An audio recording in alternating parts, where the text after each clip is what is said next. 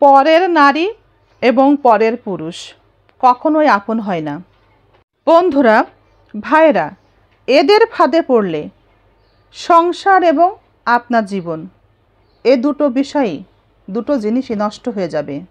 তাই পরের নারী এবং পরের পুরুষ থেকে সবসময় সাবধান থাকবেন, দূরত্ব বজায় রাখবেন।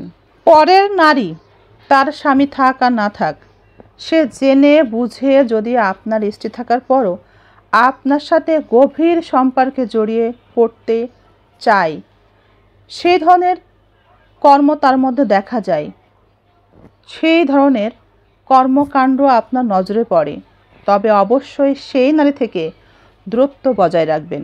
ওই নারীর চরিত্রে সমস্যা আছে, সুবিধার না, কারণ আপনার স্ত্রী থাকার পরেও সে আপনার সাথে বন্ধুত্ব রাখতে চায়, আপনার সাথে সুসম্পর্ক রাখতে চায়।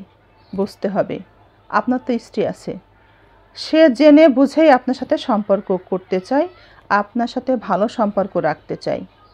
তাই যেহেতু আপনার সংসার, আপনার সন্তান সবার আগে, আপনি যদি এই ধরনের নারীদের সাথে সম্পর্কে জড়ান তবে আপনার সংসার নষ্ট হয়ে যাবে, স্ত্রীর সাথে সুসম্পর্ক থাকবে না, সংসারে অশান্তি দেখা দিবে, এটাই স্বাভাবিক।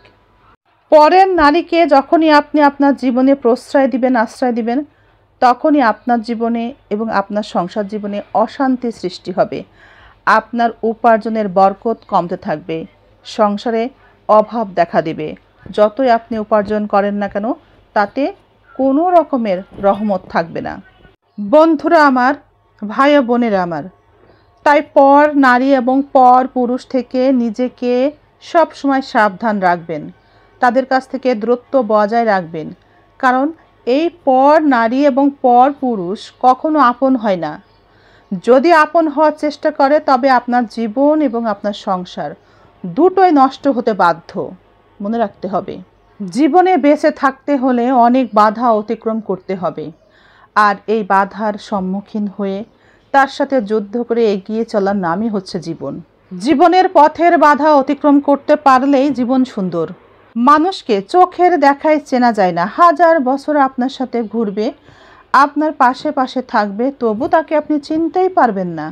কেননা যতক্ষণ তার প্রয়োজন আপনার কাছে আছে ততক্ষণ তার ব্যবহার সুন্দর, তাই আপনি তার ব্যবহার সম্পর্কে ধারণাই করতে পারবেন না আসলে মানুষটা কেমন। মনে রাখবেন, সময়ের সাথে সাথে সবার আচরণটা, আসল রূপটা বের হয়ে আসে। তাই সময়কে মনে রাখুন, সময়ের সাথে সাথে যে মানুষটা আমাদের সাথে যেমন ব্যবহার দিয়েছিল বা দিচ্ছে সেটার মনে রাখতে হবে, সেটা মনে রাখুন, মনে রাখতে শিখুন।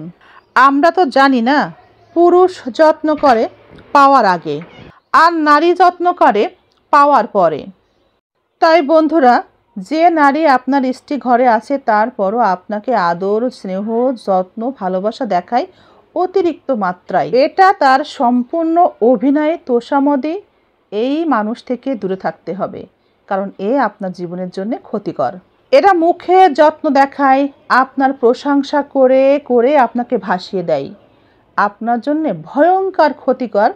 এই ধরনের নারীরা, এরা আপনার জীবন নষ্ট করবে, আপনার সংসারকেও শেষ করবে। নারী কাঁদে হারিয়ে যাওয়ার ভয়ে, আর পুরুষ আফসোস করে হারিয়ে ফেলার পরে। যে নারী আপনার পাশে আছে, আপনার অভাব, অভিযোগ সর্বকিছুই মেনে নিয়ে সন্তুষ্ট হয়ে ধৈর্য সহকারে সব কিছু মানিয়ে নিয়ে আপনার পাশে থাকার চেষ্টা করে, আপনাকে ভালোবাসে, আপনার সংসারকে আগলে রাখে, সে আপনাকে প্রকৃত ভালোবাসে। এই নারী আপনাকে হারিয়ে ফেলার ভয়েই কাঁদবে। কিন্তু যে পুরুষ এই নারীকে বুঝতে পারে না, তার ভালোবাসাকে বোঝে না, তার ত্যাগকে মনে রাখে না, সে তৃতীয় কোনো নারীর কাছে শান্তি খোঁজে। যখন তার জীবন থেকে এমন একটা ভালোবাসার মানুষ হারিয়ে যায় তখনই সে বোঝে, আফসোস করে। আমরা সম্পর্কে থেকে অনেক সময় সামনের মানুষটিকে ক্ষমা করি, কিন্তু মনে রাখা উচিত, যদি আমরা সংসারের শান্তি বজায় রাখার জন্যে মানুষটাকে ক্ষমা করি তবে সেই মানুষটা সেই অপরাধ আবারও করবে, সেই কাজের পুনরাবৃত্তি ঘটাবে আবারও।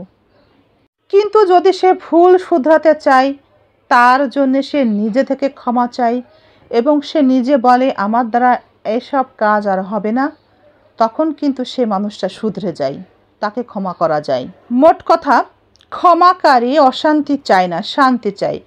কিন্তু যাকে আমরা ক্ষমা করি সে অশান্তি শান্তি কিছু নিয়েই চিন্তা করে না। এসব নিয়ে তার কোনো মাথা ব্যথা নাই, তার কোনো ভাবনাই নাই। তাই আপনি ক্ষমা করেন আর নাই করেন তাতে কিচ্ছু যায় আসে না। আপনি ক্ষমা করলেও সে আগের মতোই চলবে, আগের মতোই ভাববে। বন্ধুরা, ভাই বোনেরা, তাই পর নারী পর পুরুষ।